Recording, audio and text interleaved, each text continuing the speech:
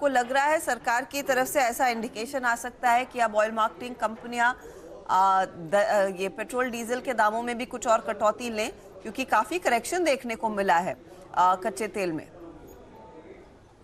देख, बिल्कुल आपका सवाल बिल्कुल जायज़ है और ये हर दर्शक और हर पेट्रोल डीजल खरीदार का सवाल है। लेकिन आप इस चीज़ को थोड़ा सा बैकग्राउंड में देखें, तो बैकग्राउंड में देखेंगे तो आपको पता चलेगा कि पिछले दिनों जब कच्चे तेल की कीमतें काफ़ी ज़्यादा बढ़ रही थी, तो उसके बाद अचानक से जो हर दिन पेट्रोल डीजल की कीमतों की समीक्षा हो रही थी, वो समीक्षा करना कंपनियों ने बंद कर दिया था। उनकी कीमतें नहीं बढ़ रही थी, तो हम लोग सवाल ये पूछ रहे थे आखिर ये कहाँ से अंडर रिकवरी कितनी ज़्यादा बढ़ रही, इसको कैसे भरपाई करेंगे। तो जब कीमतें नहीं बढ़ा रही थी ऑयल मार्केटिंग कंपनियां, जबकि कच्चे तेल की कीमतें बढ़ रही थी। अब कच्चे तेल की कीमतें घट रही हैं तो ऑयल मार्केटिंग कंपनियां घटा नहीं रही हैं। इसके पीछे वजह यह है कि जो उस समय नुकसान उठाया था, उस नुकसान की भरपाई करने की कोशिश कर रही है। लेकिन जिस तेजी से कच्चे तेल की कीमतों में गिरावट आ रही है, मुझे लगता है आने वाले दिनों में पेट्रोल डीजल की कीमतें भी ऑयल मार्केटिंग कंपनियां घटा सकती हैं। और सरकार की पूरी कोशिश है कि फेस्टिव सीजन के आसपास महंगाई बिल्कुल भी ना रहे। तो ऐसे में सरकार की तरफ से भी दबाव बन सकता है आने वाले दिनों में पेट्रोल डीजल की कीमतों में कटौती करने को लेकर के। हालांकि विंडफॉल टैक्स और एक्सपोर्ट ड्यूटी जिसका जिक्र मैंने पहले सवाल के जवाब में किया, उसका इससे कोई नाता रिश्ता नहीं है। मैंने इसीलिए कहा कि उसे मैं अलग से आपसे पूछना चाहूंगी, क्योंकि हमारे न्यूज रूम में ही इतनी चर्चा होती है कि पेट्रोल डीजल के दाम कब कटेंगे या नहीं कटेंगे। तो आप सोचिए आम लोगों में रस्तों पर इसकी कितनी चर्चा होती होगी, लेकिन वो भी इंपॉर्टेंट है। होपफुली उस पर भी कुछ एक्शन लिया जाएगा। लेकिन बड़ी खबर जो लक्ष्मण रॉय कह रहे हैं कि विंडफॉल टैक्स की समीक्षा एक बार फिर होने वाली है और पूरी संभावना है कि इसमें कटौती होती हुई दिखाई देगी। दरअसल कच्चे तेल के भावों में पिछले 15 दिनों में अच्छी खासी गिरावट देखी गई है।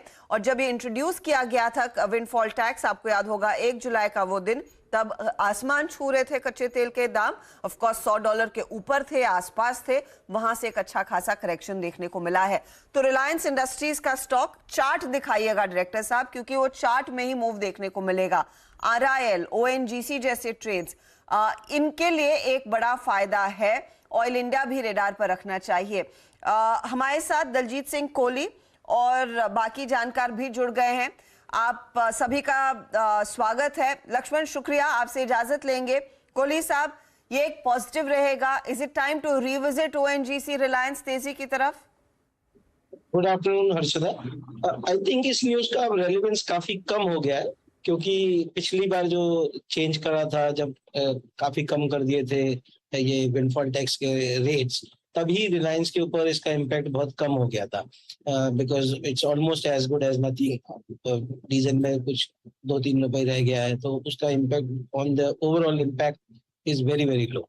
तो मुझे लगता है कि अब ये जो इंक्रीमेंटल बेनिफिट आएगा, उसका कोई स्टॉक प्राइस के अकॉर्डिंग कोई बहुत बड़ा इम्पैक्ट नहीं रहेगा, क्योंकि वो मार्केट ने ऑलरेडी फैक्टर कर लिया। ONGC और डोमेस्टिक प्रोड्यूसर्स के लिए थोड़ा ज्यादा बेनिफिट रहेगा, बिकॉज अभी भी पेट्रोल और बाकी चीजों पे जो डोमेस्टिक प्रोड्यूसर्स हैं उनके लिए एक्सपोर्ट टैक्स है, तो वो जो है और कम हो जाएगा, तो उनको थोड़ा और बेनिफिट होगा।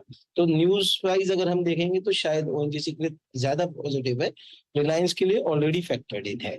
बट रिलायंस पे हमारा व्यू वैसे भी पॉजिटिव है और लॉन्ग टर्म के लिए it is one of our top pick.